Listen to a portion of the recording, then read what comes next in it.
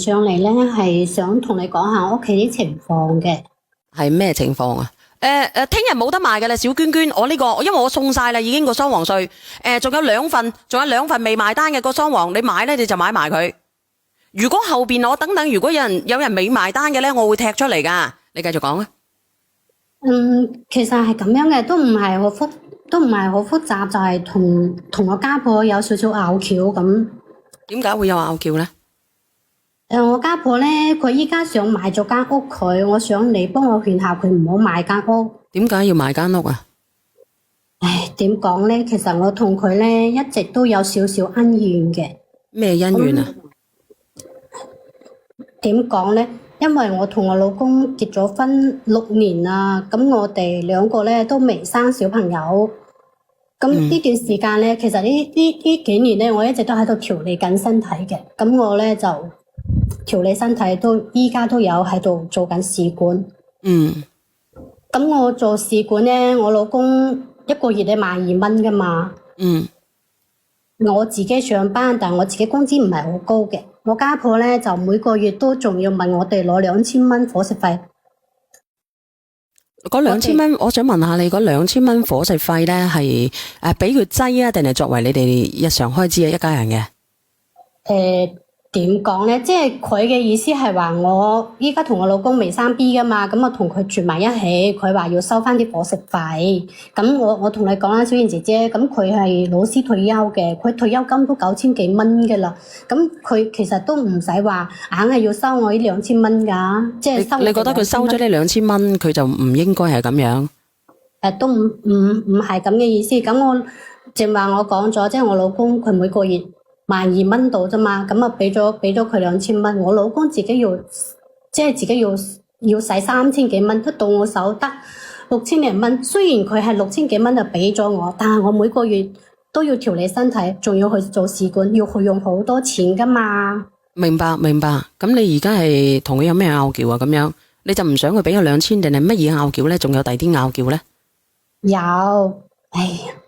即係前2年咧，我家婆咧佢行路就唔係咁順，咁我去醫院就檢查話佢嗰個即係膝頭哥嗰個半月板嗰度啊，話佢出咗問題。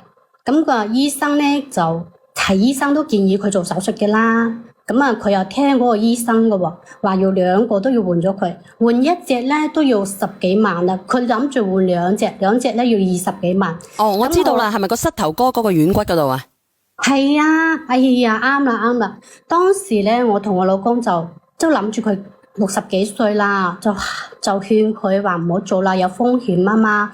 多謝你啊，依家慢慢咁樣行下都可以行嘅，咁我哋咪保守啲，用啲藥，唔好去做手術啊嘛。咁佢唔制喎，佢係都要2隻去做，仲要做2隻就20幾萬，佢攞晒佢所有嘅積蓄去做嗰個手術。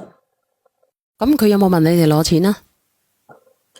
我哋都冇錢俾佢啦，因為我一直喺度調理身體，我又去做試管，我邊有錢俾佢啊？佢自己攞晒佢自己嘅積蓄過去嘅。咁佢攞晒佢嘅積蓄去做手術，咁我自己作為一個人，佢攞晒呢個積蓄走去做手術，醫翻佢自己係咪正常呢？係正常，但我哋都係作為仔女咁樣去幫佢，係手術都有風險噶嘛，係嘛？係手術都有風險啊。咁我哋諗住佢咁老人啊，60幾歲啦，唔好去擔呢個風險，或者係先做一個，係嘛？都可以啊，唔好2個一齊做啊。仲有我哋都問過醫生話可以唔做嘅，佢係都要去做。咁啊，當時我哋就同我老公喺醫院同佢嘈咗幾次，嘈咗幾次。即係話你唔想佢做，但係佢一定要做，所以就嘈交。係啊，即係佢喺住院嘅時候，我哋又同佢嘈，我哋同佢嘈，咁啊嘈咗之後，大家都鬧爆爆，咁我同我老公後尾都冇去咯。你點知佢出咗院？即係佢做手術，你哋都冇去？佢做咗手術，我哋有去，但係後尾我哋就冇去啦。即係嘈嘅時候，嘈完之後我哋就冇去啦。因為我哋大家都嬲啊嘛，費事見到又惹到佢啦，係話大家都唔開心。咁啊佢出咗院之後咧？我哋依家3個住埋一起噶嘛，佢就叫我搬出去住啦。佢話當時咧，即係我同我老公結婚嘅時候，佢俾咗30幾萬俾我哋首期，仲要裝修埋套屋俾我哋嘅。即係你而家有間屋嘅，你而家除咗你同你家婆住個屋咧，你哋喺出邊都有屋嘅。係有，即係我哋結婚嘅時候，當時佢俾錢嘅30幾萬，而家咧都裝修好啦，但係因為咁多年咧，我哋一直都未生 B 啊嘛，咁我哋3個人都住埋一起。依家呢間屋咧係點樣？係我娘家嘅人，即係我媽同我細佬喺嗰邊住。點解嘅？嗰邊咧啲學校咧就比較適合讀書啊嘛，咁我有個侄仔咧就係依家上緊小學嘅，咁我諗住我等我侄仔喺嗰度畢業之後，我哋再搬過去都唔遲啊。所以你一直同你家婆一齊住？係，即係我同我家婆一齊住，我阿媽咧同我細佬同我弟婦咧就住喺我自己間屋嗰度。佢依家嘅意思咧就叫我自己搬翻去自己嘅屋度住，就唔好俾我阿爸同埋我細佬住啦。咁我覺得都唔可以咁樣做，佢叫我哋走，我哋又唔可以唔走，係嘛？咁我就帶住我老公同我老公出去出邊租屋住咯。即係你寧願租屋住，你都俾俾自己間屋，你阿爸爸同埋你細佬住。係，因為我始終係覺得嗰邊方便佢哋讀書啊嘛。咁你有咩好講啊？咁你自己走咗出嚟，你俾人哋住，你想講啊？你想講啲乜嘢啊？咁我原本咧就諗住等我家婆咧佢冇咁嬲，或者係佢知錯嘅時候咧，我哋再搬翻嚟住嘅。結果咧，你家婆知錯嗌翻你哋，你嘅意思係？咁我覺得即係始終都覺得佢唔應該咁勢力咯，即係你諗住佢會知錯，你嘅意思係嗌翻你哋？我覺得佢唔應該咁強勢，係嘛？因為畢竟我係佢新抱，仲有個仔，我哋仲要去養個小朋友嘅，佢唔為我哋諗，我都要諗下以後個孫啦。咁我想問下你，佢知錯未？佢有冇向你道歉？哎呀，依家我連上嚟就係咁嘅原因啦。佢唔單止話冇呢啲，佢出咗院之後咧，就到處去唱衰我哋，就話我同我老公又唔孝順啦，又呢樣嗰樣。咁係咪真係唔孝順呢？我覺得我哋就唔係，我哋都係為咗佢嘅角度去着想嘅啫。叫親戚群係點樣？發晒啲親戚群係咪話你兩個衰？係啊，仲要係嗰啲鄰居啊，到處話，做咩你新抱同你個仔搬咗去住啊？咁佢見到啲鄰居又話佢我住院又唔過嚟照顧我呢樣嗰樣。我覺得佢咁樣去唱衰我哋有咩好處啊？對佢一個老人家有咩好處啊？都同埋佢個仔，即係我老公，佢喺單位度上班嘅。你講呢啲嘢唔係搞衰我哋？咁你講你都有你嘅道理嘅。係啊，咁大家一家人啊嘛，佢都唔使咁樣去外人嗰度講啊，呢度講嗰度講到我哋醜晒咁樣。點解會醜晒嘅？佢講嘅唔係事實咩？我覺得唔係咁咯，即係歪歪曲曲咯。佢本身係做老師嘅，希望個個都聽隨佢話咁樣。咁你覺得醜晒，講咗你而家啲現狀出嚟？係，所以我覺得其實我依家我真係好嬲，我哋大家都係一家人嚟嘅，佢根本都冇諗過呢啲後期嘅後面呢負面嘅影響，係嘛？你係好嬲，咁我想問下直播間嘅人呢，有冇老人家？你嬲唔嬲啊？你繼續講啊！直播間有冇老人家呢？咁你家婆呢，60幾歲係咪？我想問下直播間呢，60幾歲嗰啲家婆呢，你嬲唔嬲呢？聽到呢件事咁樣嘅發生啊，你又繼續講啊！咁啊，後期咧，佢又有2次，即係血管堵塞啦，跟住入咗院啊嘛，住院。咁其實當時我哋係想去嘅，我講埋先得唔得啊？當時我哋係想去嘅，咁但係佢個細佬咧，即係我哋嗰個舅父仔啊，喺群入邊鬧我話我同我老公點，我哋先冇去嘅，因為我哋想去探佢嘅時候，俾佢咁樣鬧，激死啦，仲要去到又係嘈嘅啫，所以我哋佢2次去住院，我哋都冇去睇。佢因為咩原因你住院啊？血管堵塞咗。即係佢第一次咧換菠蘿蓋嘅時候，你哋冇去睇，後尾有2次係血管堵塞，你哋都冇過去，就係因為佢舅父喺度搞屎搞棍。係啊。阿姐姐，我想問你咧，老豆老母係咪咁樣教你？我老豆老母教我好好啊，佢教我孝順老人家喎。其實我都係孝順佢啊。佢自己喺度搞屎，搞嚟搞去啫。你咩？你啃老啊？你知唔知咩叫啃老啊？我作為一個老人家同你講啊，我有咁嘅新抱啊，我一早賣咗間屋佢啊，我留翻請個工人唔好俾你做咩先？我依家冇啃老啊！你可能冇聽清楚我啱先喺度講乜嘢，我冇啃老，我只不過係話我依家我都有做嘢，我嘅收入唔夠高。你一上嚟，你點樣為之啃老啊？係嘛？你可唔可以解釋下點樣叫啃老？我依家又有做嘢，我依家又有調理身體，同埋我依家又有去做試管。我依家做試管，你都係女人嚟㗎，你有冇做過試管啊？你知唔知做試管好難過㗎，好辛苦㗎？啊，明白。我都係為咗呢頭家好啫。咁佢作為家婆，作為女人，係嘛？佢都唔替我諗下，我都係為咗佢以後有個孫啫。你唔係為佢啊，姐姐，你生唔生仔女咧，唔關佢事，係你同。我覺得你個思維就唔啱啦。係女嘅係男嘅都想有自己嘅屋企，有小朋友，有後人嘅。對唔住啊，我都未講完我啲嘢。你奶奶講，你唔聽人講嘢喎，我頭先聽晒你講噶咯噃，姐姐。啊，咁咁你講埋佢先，等佢講埋佢先，卡文姐。佢依家嘅意思就係要買咗套屋，佢去住老人院。哦，啱啱俾阿卡文講中咁啊。係啊。我話俾你聽，佢即使唔買咗呢套屋，佢都夠錢，好冇？佢每個月有9000幾蚊，佢夠佢去住老人院啦。佢做咩要買咗套屋？再加上嗰套屋係2019年最高峰嘅時候買嘅，佢依家買到幾錢啦？姐姐我都話啦，我係一個老人家，我都買一間嗰個住老人院，揾個呢啲係你嘅思想，呢啲係你嘅思想，你唔好套喺我呢度。係老人家都想有，係老人家都想有自己嘅後代嘅。老人家啦，你又點知老人家點諗咧？嗱，咁好啦，佢係想有，問題係佢點解要賣呢？我想問下你，點解佢會賣咗間屋呢？小賢姐姐呢度就係關鍵嘅問題啦。佢成日又聽晒佢細佬話，又聽晒佢嗰啲咩親戚，聽晒嗰啲親戚呢度講。唔係啊，我同你講，你知唔知點解賣啊？係因為佢一次又一次心寒啊！佢點解會心寒啊？我想問下你，你知唔知啊？你諗唔到嘅原因係咪？我真係諗唔到呢個原因。嗱，咁你可唔可以，姐姐你唔好好似成支機關槍咁樣，姐姐你唔好成支機關槍咁樣，你去睇下抖音。嗱，阿卡文姐你亦都唔好出聲字，你叫佢睇下，你識唔識睇屏幕公屏打字嘅？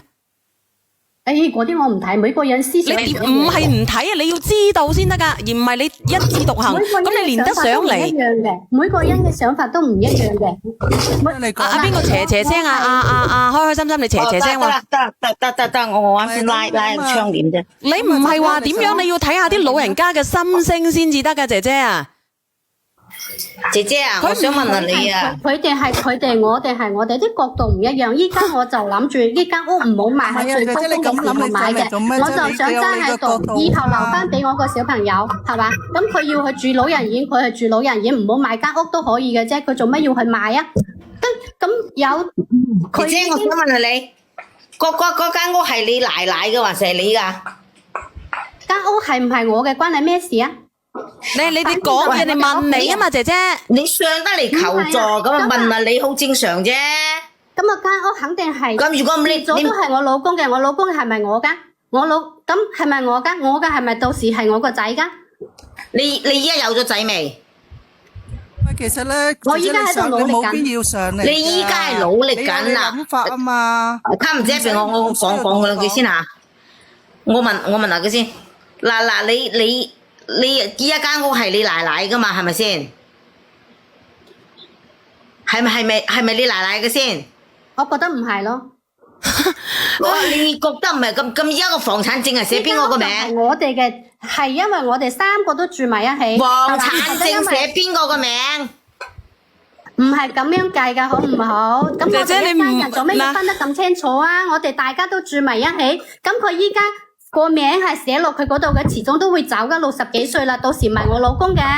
你咪知你咪走你真係諗嘢諗到。咁佢住喺你小學畢業㗎？佢依家喺度住得好地地，我哋有冇叫佢住老人院？係佢自己要聽晒嗰啲嗰啲咩所謂嘅親戚係嘛？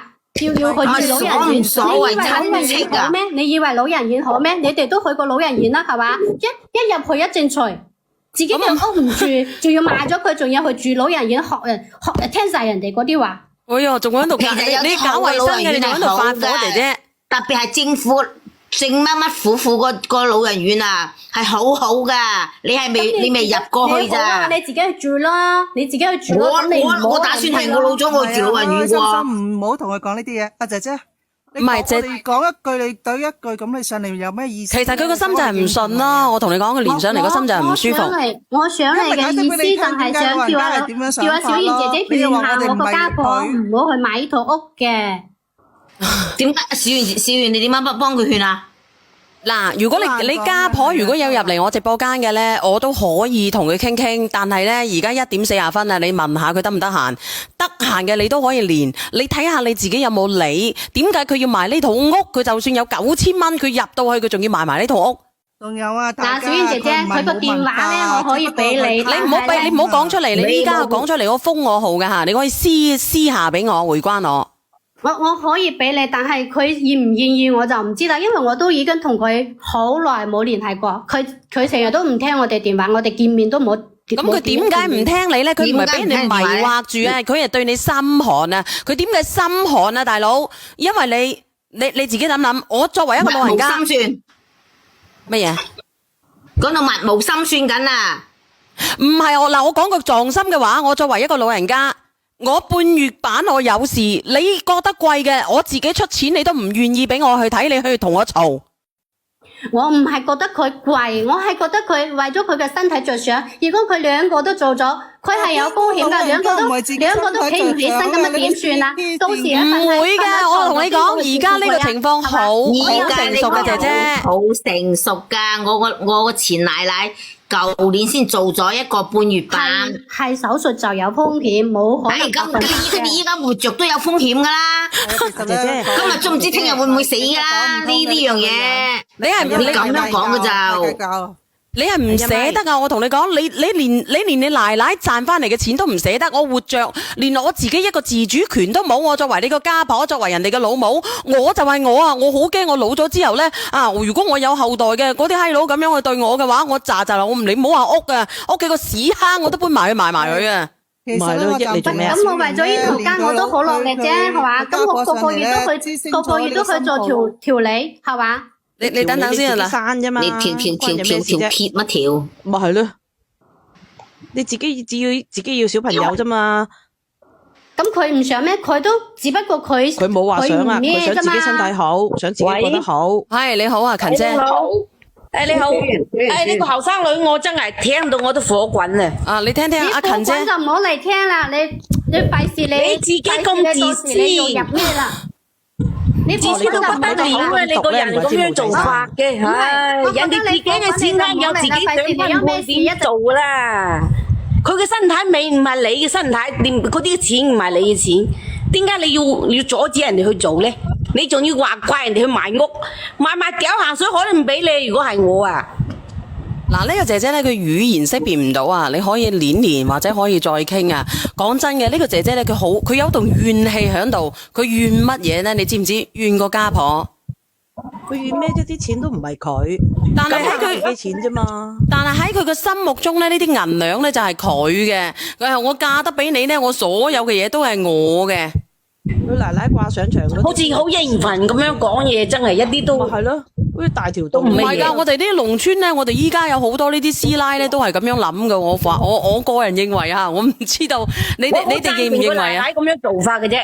你幾歲啊，勤姐？咁嘅思想，我50歲，我未娶新抱又未嫁女。如果你個新抱係咁樣，你點算？我生寒到我不得了，我直情我賣咗佢，我去老人院去邊度，我唔會俾咁樣嘅態度㗎。嗱，咁你咧米粉，嗱你嗰度好嘈啊，勤姐，你嗰度伏聲做乜鬼啊？可能我吹風扇咯。你咪吹風扇得唔得啊？得。唔係嗰個姐姐近到好似理所當然咁喎。就係咯，我聽到一拋火，我死喺個公屏嗰度打嗰啲字上去。嗱，呢個朋友真係呢啲評論員個個都有前奶奶嘅，又話三觀有幾正喎，佢話你哋三觀有幾正啊咁樣喎。我冇前奶奶喎，一個奶奶啫喎。咁我唔知佢咩問題吓。啊，你好啦，作為阿振業，你嘅作為一個仔啦，你又點樣去評論下呢？啊，呢個匿名嘅呢個係邊個嚟嘅？匿名嘅係米粉嚟嘅定係？佢又落咗去啦，我想問下佢老公係咩睇法啫嘛？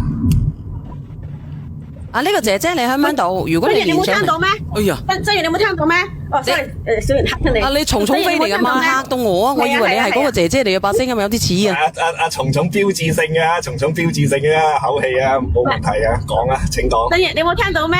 佢話佢同佢老公一齊同個家婆嘈交啊，就因為佢阻止個家婆去做嗰半夜版啊。我前邊嗰度有少少我冇聽到。我同你講，企喺我嘅睇法咧，佢老公首先就唔啱先咯。佢個老婆咧，佢呢個仔咧講難聽啲就係翻落叉燒嗰個生佢啊，咁嘅仔。唔係，你聽我講埋先啦，講埋我落去啦。佢個老婆咧蛋都未有咧，就害人哋謀身家啦。而且副身家未來都係佢噶啦，佢自己對啲老人家好啲，係咪先？以後都係佢噶啦。60幾歲有得幾多年添啊？係咪先？係咪啊？30年、40年就講唔定噶嘛？係咪啊？唔係咯。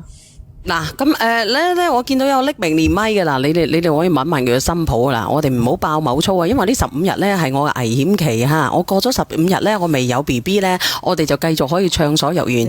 如果我係啊，因為我搞咗，如果我15日之後咧，我有咗咧就冇辦法啦，仆街噶啦咁啊。叫老姜勤力啲啦。哎呀，真係嘅，鋤頭都鋤到我曲街拜行啊！倒數第1咪，係啊，等我安全度過我危險期先啊！你好啊，倒數第1咪。啊，係咪小燕姐姐啊？你好。姐姐想同你講下嘢。你家婆，我覺得你家婆係一個好明智、好聰慧嘅一個女人，一個老人家。點解咧？首先，你同你老公平時係咪食飯先？咁嗌你交2000蚊，係咁而家2000蚊伙食費，錯咩？另外就係我自己有錢，我想將我生活質量提升，我維護我自己嘅身體，我又唔係問你攞錢，我用我自己嘅錢喺我身上。去令到我嘅生活質量係好嘅，有問題咩？我又問你攞錢。咁我嗱，你哋等等先，我想問下直播間有50幾個有5000人啊，我有超過50歲嘅啊，準備做家婆嘅或者做咗人哋嘅家婆嘅，打個1啦，打個1啦，快啲啊！有冇人出聲啊？嗰啲閪佬全部瞓晒係咪？嗰啲三姑六婆。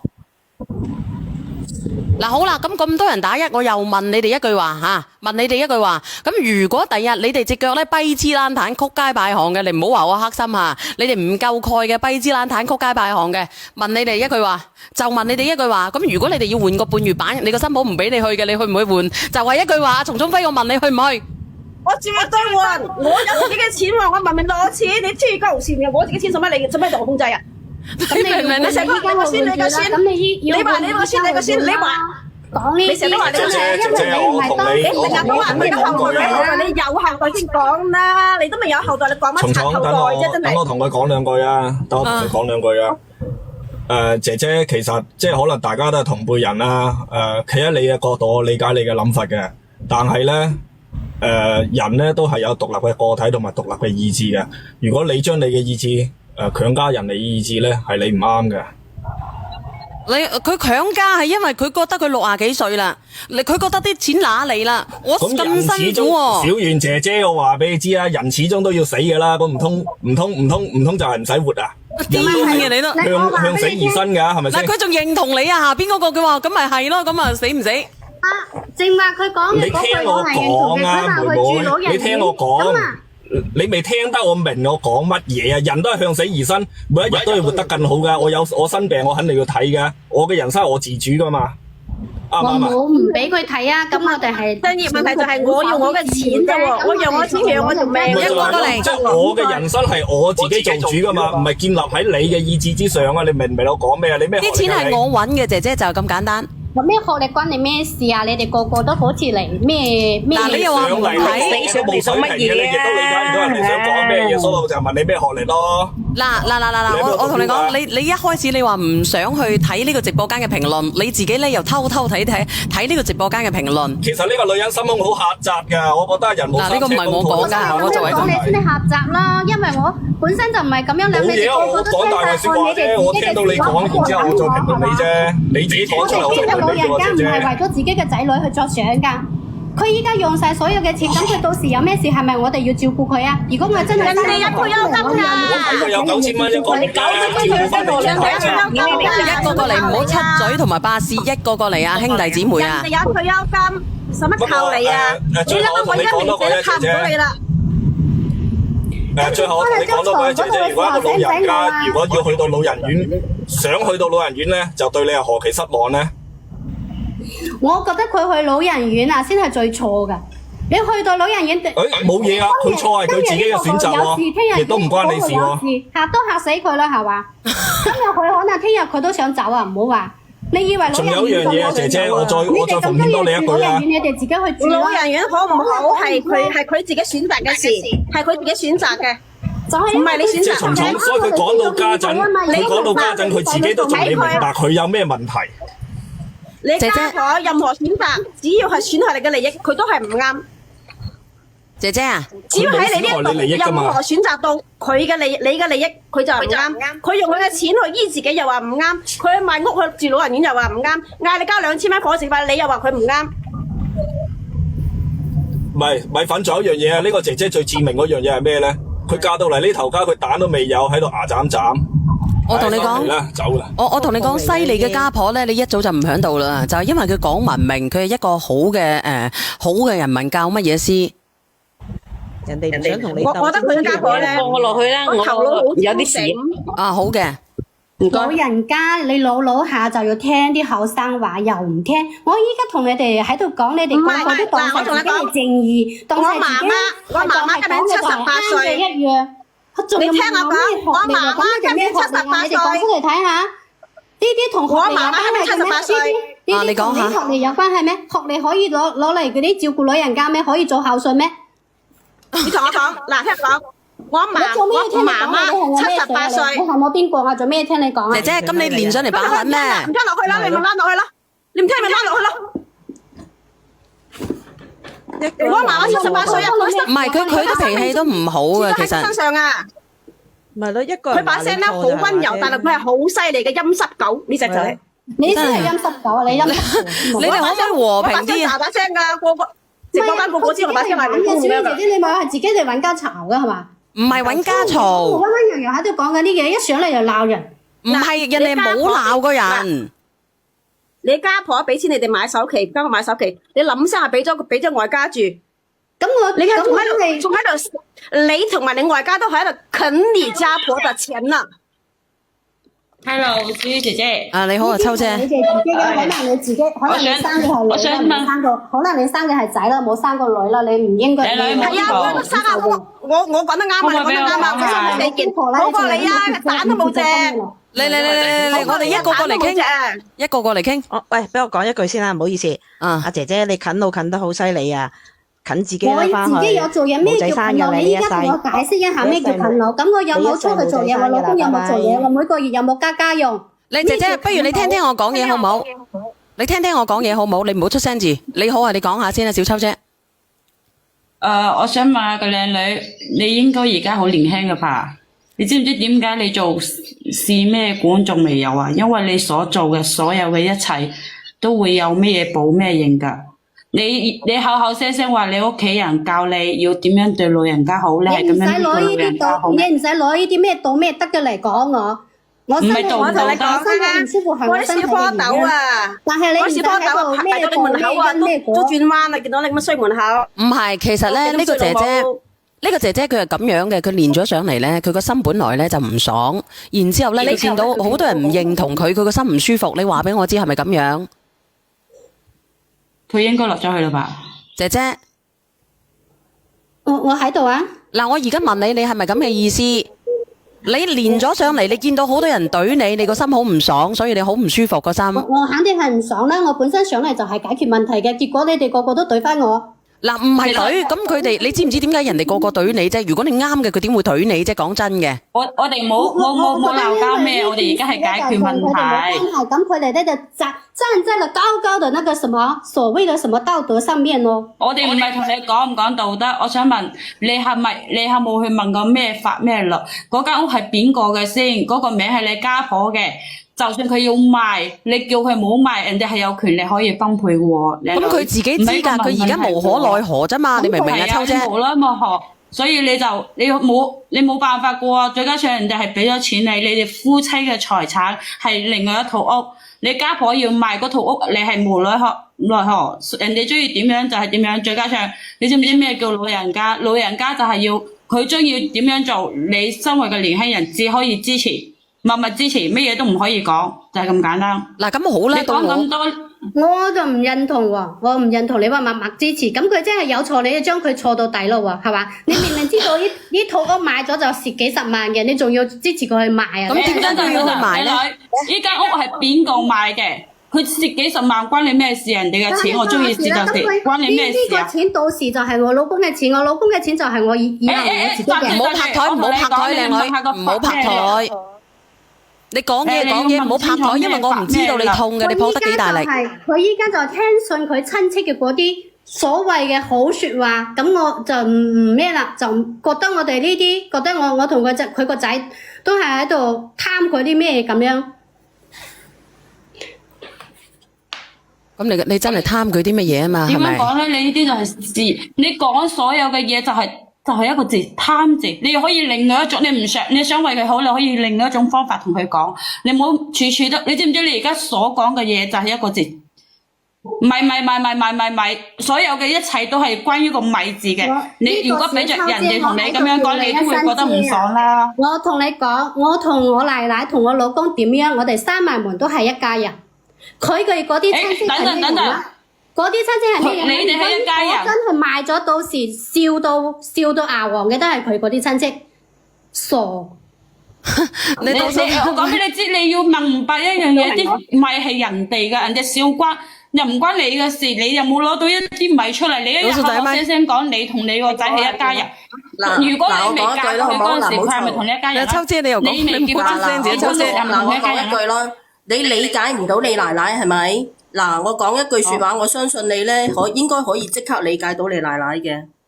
嗱，譬如你依家有個仔，你儲咗新抱，你個新抱咧就係用你出錢買個屋，然之後咧就俾佢細佬住，你會點樣？俾你新抱嘅細佬住？套屋我唔係唔住，依家咧我哋又未有小朋友，係方便我個侄仔過去讀書啫。咁佢你未聽得明啊！你未聽得明啊！我哋可以住翻入去啊！你真係未聽得明啊！依家唔係叫你解釋你嘅問題，你依家你儲咗新抱，你個新抱咧嗰間屋你買嘅嗰間屋，要俾你新抱嘅細佬住，你會點樣？你答呢個問題？我覺得我好願意咯。如果咁樣可以嘅話，咁我就建議你買間屋俾你阿奶奶個舅父住咯，一樣嘅道，一模一樣嘅道理嘅啫。明唔明啊，姐姐？佢可能落咗去。嗱，連唔連得到你？我覺得你啱嘅，你應該叫佢咧買。我啱先正想講咧，叫佢買間屋俾佢個家婆嘅舅父住先啊。冇連啊，好惡心啊！小圓，我想同你講咧，啱啱第一咪上嚟嗰個女人係求助㗎。我知啊，佢求助嘅，你就冇追佢，你哋就冇去追佢嗰之前嗰啲嘢啦。其實佢可能應該都差唔多知道佢自己做錯啲乜嘢㗎啦。你係第一咪定係第二咪？我連咗3個㗎噃。第一咪啊，嗰個女人同佢個仔咩嗰啲啊。哦，唔係生咗個細路出嚟咩？呢個係第二咪啊，呢個係第二咪啊，第一咪有我連咗3個咪啊。佢唔係生咗個細路出嚟嘅咩？佢生咗個細路，佢係借人哋嗰啲咪嚟生噶嘛，係咪？佢呢個係第二咪啊，係啊，佢上嚟求助嘅。佢啱啱話佢個仔已經係唔俾家用啦，話出去搵個女係咪啊？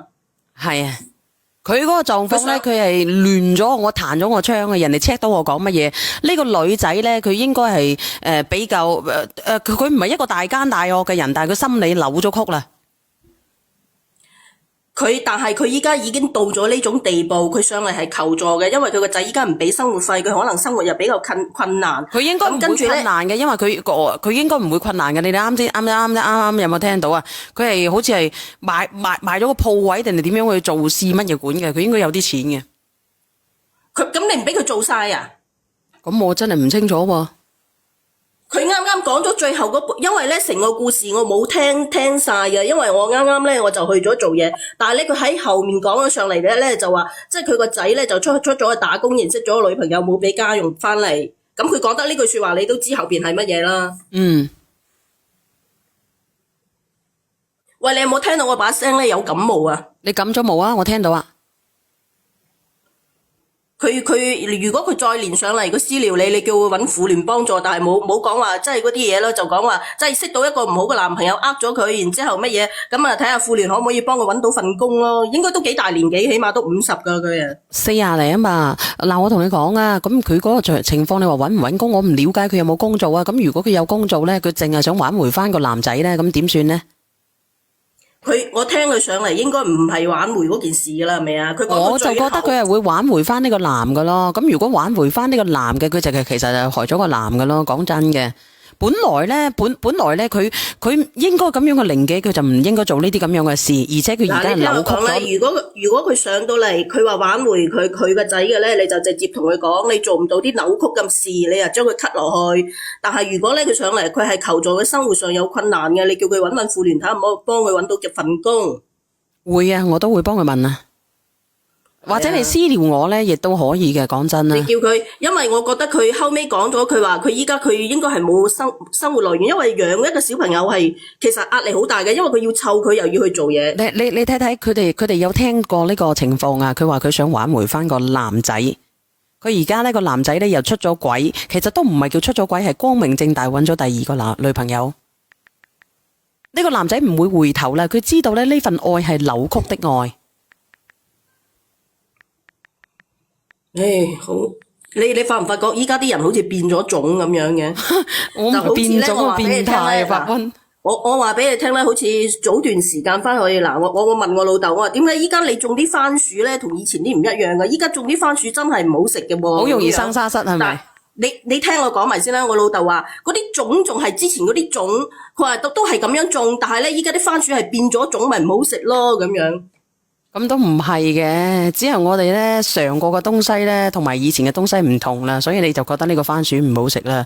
而家好多番薯都係好食嘅。唔係啊，真係嘅，唔同以前嘅。但係我而家喺網上面買到好多都好好食嘅。嗰啲啊真係變種啦，網上買多好好食嘅，要麼埋糖精啊，要麼翁咩肥啊，翁嗰啲雞屎藤啊，翁嗰啲雞屎啊，翁啲乜春啊嗰啲，翁到大把屎入去，然之後咧將佢咧包裹住，營養充足，咪好食咯。